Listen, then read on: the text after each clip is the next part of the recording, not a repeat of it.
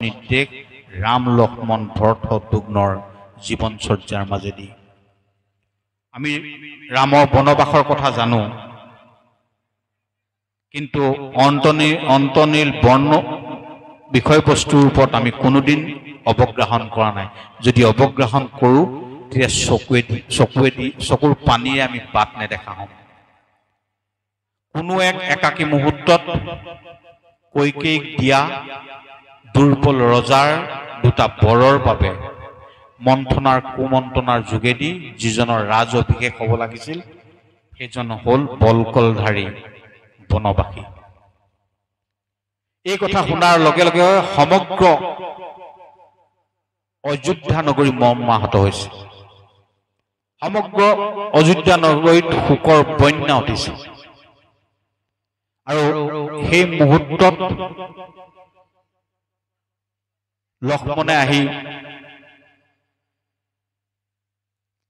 জ্যেষ্ঠ ভাতৃ ৰামক কৈছে, কালি পৰহি তুমি তাৰকা নামৰ ৰাক্ষসীজনীক বধ কৰিছা।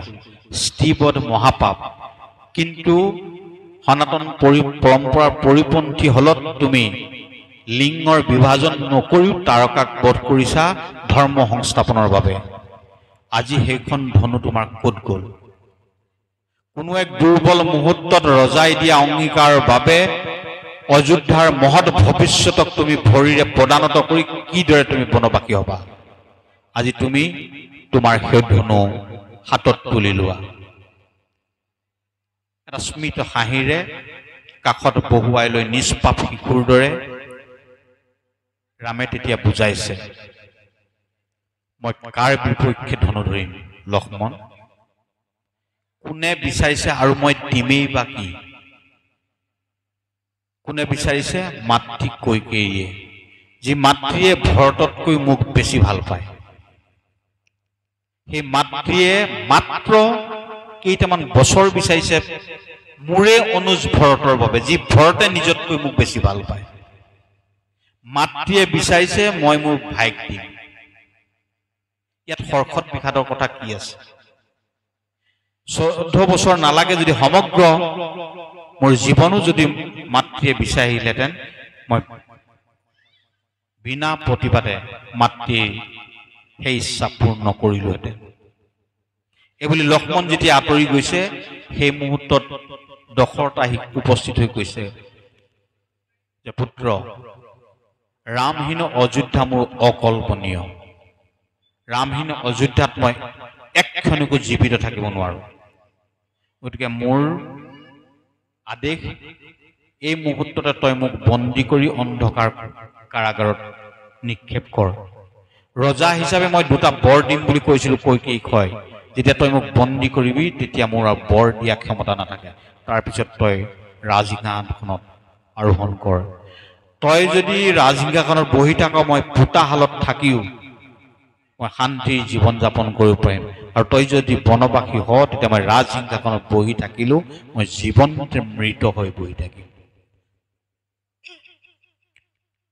তেতিয়া ৰামে দশৰথক প্ৰবোধ দিছে যে সত্যাশ্বয়ী জীৱনত মই সত্য কেতিয়াও ভংগ কৰিব নোৱাৰো। আৰু মোৰ জীৱিত কালত মোৰ পিতৃৰ সত্য অংগীকাৰ ভংগ হ'ব, তাক মই কেতিয়াও কামনা কৰিব নোৱাৰো। মই এনে কাৰ্য কৰিবলৈ অপাৰগ। গতিকে এই মুহূৰ্ততে মই বনলৈ যাবলৈ প্ৰস্তুত। আৰু ইয়াত মোৰ কোনো ধৰণৰ মনৰ আক্ষেপ নাই। ই মোৰ জীৱনৰ বাবে এটা পৰম প্ৰশান্তি যে মই পিতৃৰ বাবে কিবা এটা কৰিবলৈ সুবিধা পাইছো। এইদৰে গৈ কৌশল্যাৰ ওচৰ পাইছিল।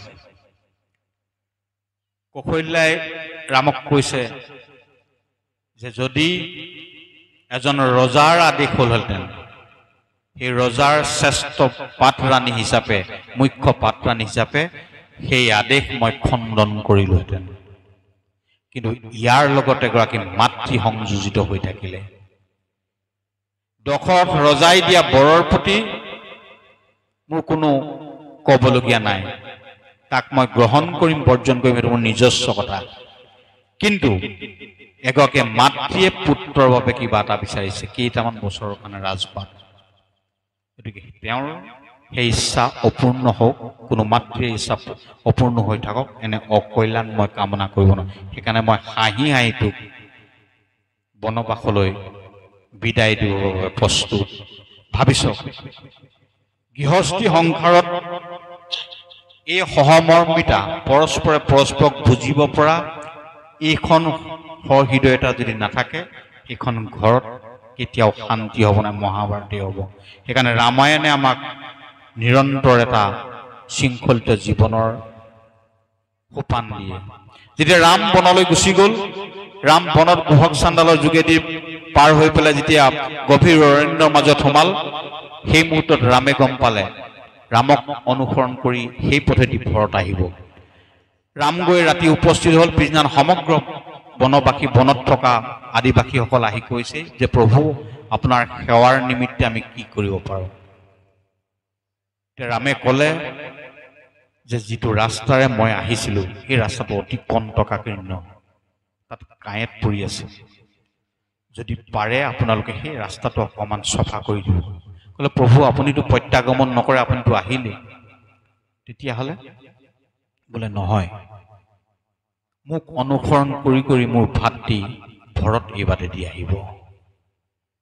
ক'লে ভৰতৰ দুৰ্বাৰ ইচ্ছা শক্তি ইমান ঠুনুকা যে কেইটামান কাঁইটে ভৰতৰ পথ ৰুদ্ধ কৰিব? বোলে নোৱাৰে।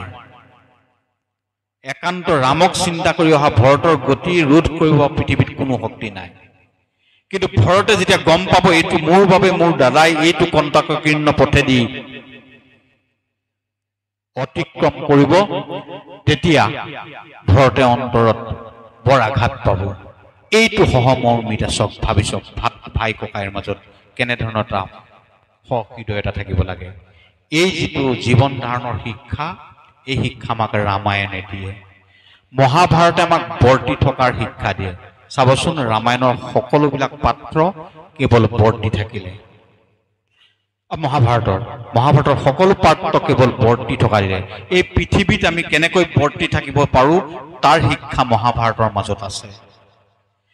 কেনেকৈ কৰ্মৰ যোগেদি কৰ্মক নিষ্কৰ্মলৈ পৰ্যবেক্ষিত কৰি এক উচ্চস্তৰীয় জীৱনৰ সোৱাদ ল'ব পাৰোঁ, এই শিক্ষা আমাক গীতাই দিলে।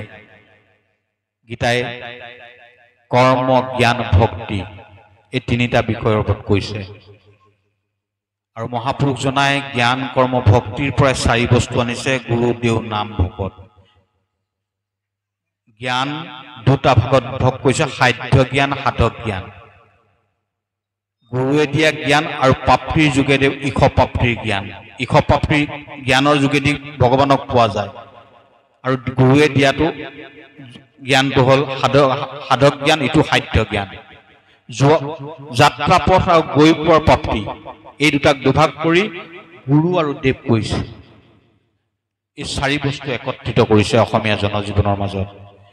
উচ্চস্তৰীয় কৰ্মক কৰি কেনেকৈ বিশ্ব মানৱক এক ভাতৃত্বৰ বোধেৰে বান্ধিব পাৰি, তাৰ অমূল্য শিক্ষা প্ৰদান কৰিছে গীতাই।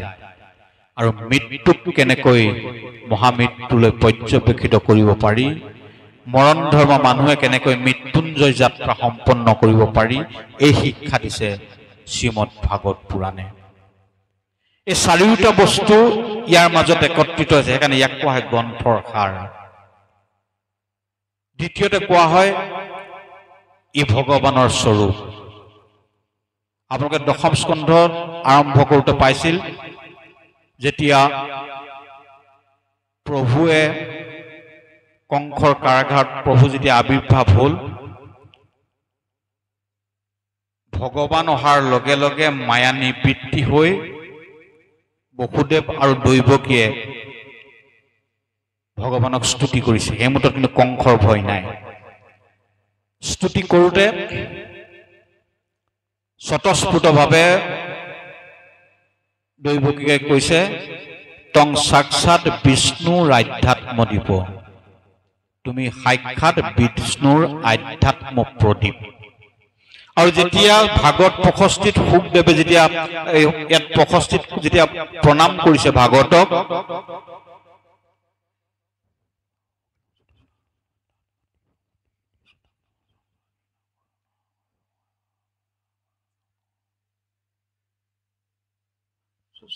ইয়াতো প্ৰথম প্ৰশস্তিত আধ্যাত্ম দীপমতীতি শতাংত মুণ্ডং সংসাৰীণাং কৰুণয়াহ পুৰাণ গুজ্জম তং ব্যাস সোনুং মুপজামি গুৰুং মুনিনাম।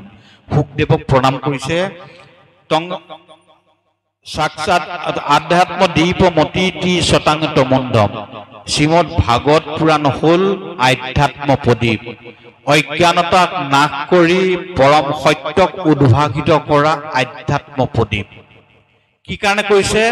সংসাৰীণাং কৰুণয়াহ পুৰাণ গুজ্জম। কেৱল সংসাৰীসকলৰ বাবে, সংসাৰীসকলৰ পৰিত্ৰাণৰ বাবে কৃপা কৰি শুকদেৱে ইয়াক বৰ্ণনা কৰিছে। অৰ্থাৎ ভাগৱত আৰু ভগৱান অভিন্ন। ইয়াৰ প্ৰতিটো পংক্তিৰ মাজত ভগৱান মূৰ্তৰূপে প্ৰকাশিত হৈছে। দশমৰ প্ৰায়বিলাক অধ্যায়ৰ মাজতে কৃষ্ণ বস্তু নিষ্পন্ন হৈ আছে। য'তেই চাব, বেণুগীতত চাওক, কংসৰ কাৰাগাৰত চাওক, আপুনি এইপিনে গজেন্দ্ৰ উপাখ্যানত চাওক, প্ৰতিটো স্থানত ভগৱান মূৰ্তৰূপে ইয়াত পৰিণত হৈছে। সেইকাৰণে কোৱা হয় ই হ'ল গ্ৰন্থৰ সাৰ, ই হ'ল ভগৱানৰ স্বৰূপ। সেইকাৰণে ভগৱান আৰু ভাগৱত কেতিয়াও অভিন্ন নহয়। য'তেই ভাগৱত ততেই ভগৱান, য'তেই ভগৱান ততেই ভাগৱত। ই গ্ৰন্থ নহয়, ই সাক্ষাৎ ভগৱানৰ প্ৰতিমূৰ্তি। আৰু ইয়াত সেইকাৰণে প্ৰথমতে ভাগৱত পাঠৰ প্ৰথমতে আপোনালোকে পাইছিল মূৰ্তি চৰণত, প্ৰথম দ্বিতীয় স্কন্ধে চৰণ দুটই বুলি যিটো আৰম্ভ কৰি দ্বাদশ সংক্ষেপ পৰম ব্ৰহ্মৰ দ্বাদশ অংশকে প্ৰতিভাত কৰি সম্পূৰ্ণৰূপে ইয়াৰ প্ৰতিটো পংক্তিৰ মাজত যে তেখেত মূৰ্তৰূপে প্ৰতিভাত হৈ আছে, এই কথা